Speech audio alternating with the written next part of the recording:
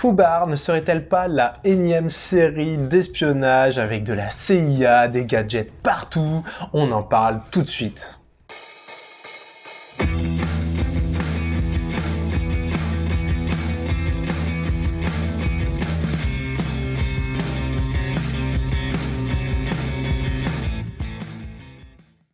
Bonjour à tous et bienvenue sur Symbole Vidéo. Je suis Sarah et aujourd'hui, avec Sod, on vous parle de Fubar, la nouvelle série Netflix. Salut à tous, c'est un plaisir de vous retrouver.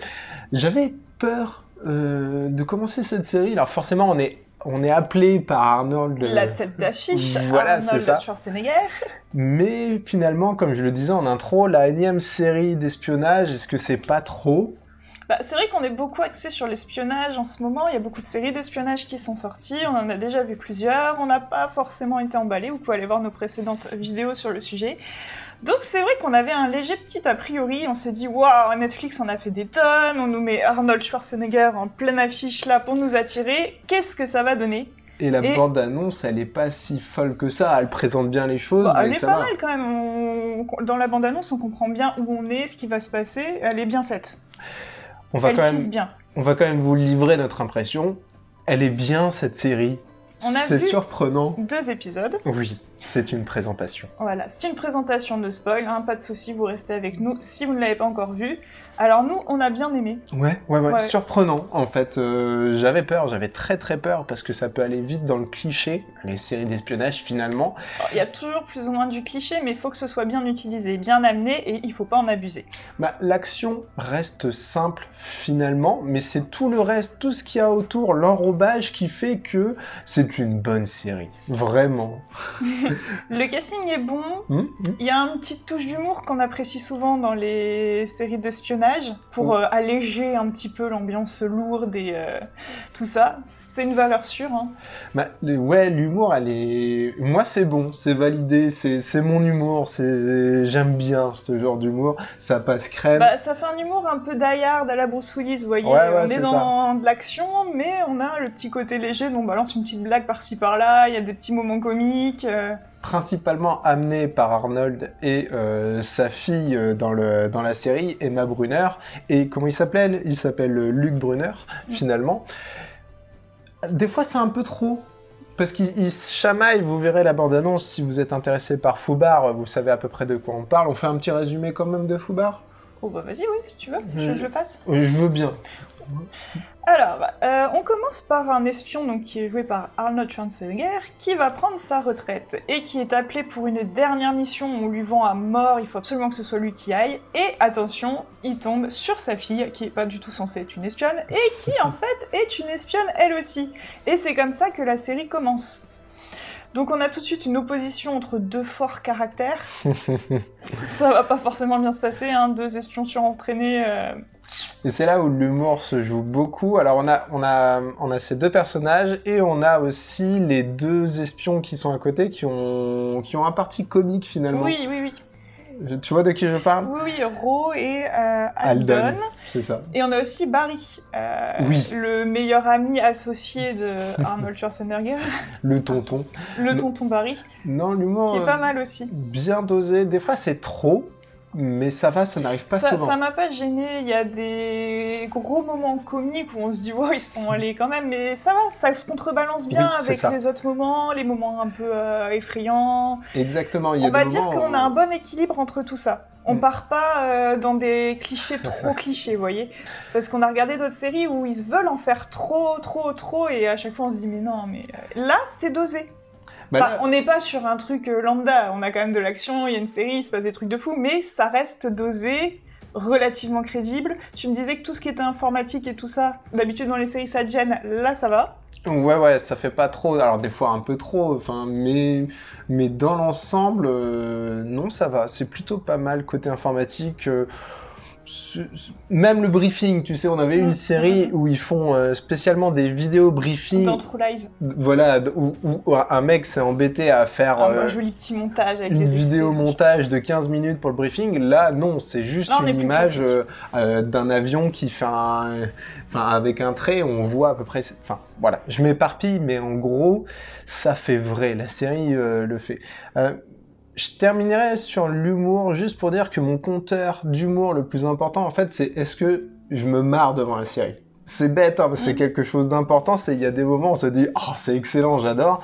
Et ben, je me suis marré à plusieurs reprises, même si on n'a vu que 2 épisodes, on n'a pas vu l'intégralité de la saison.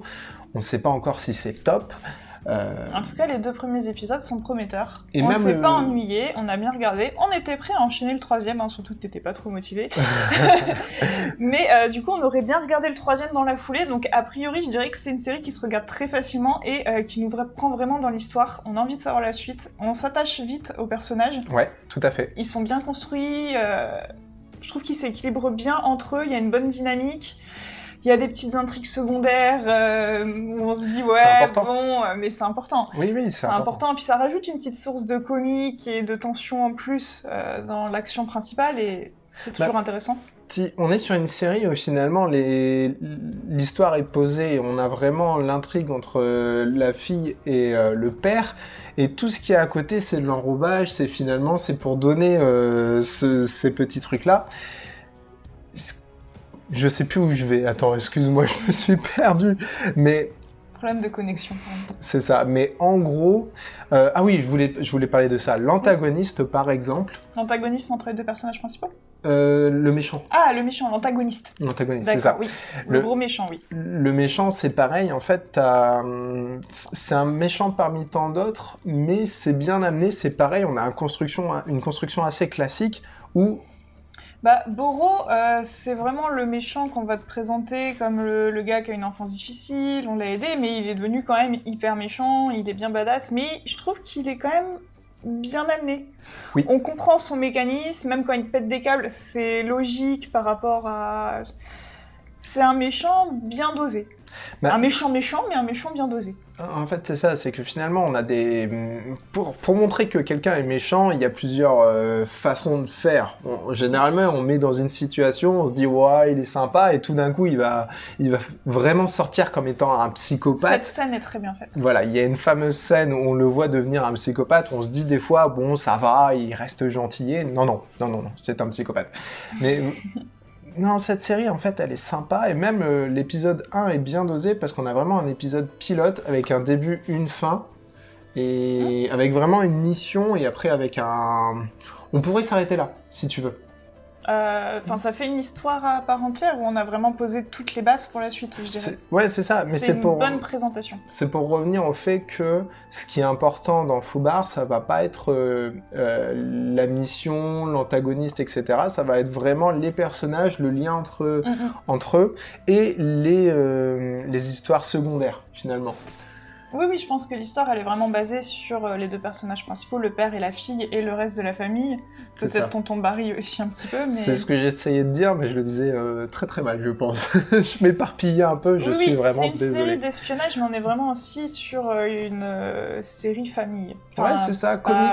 Une famille que vous allez regarder avec vos enfants, je veux dire une série où on a des relations familiales, et on va avoir une évolution de relations entre le père et la fille qui, on imagine, vont apprendre à oublier le passé, à mieux se comprendre, et vont se rapprocher au fil de cette série.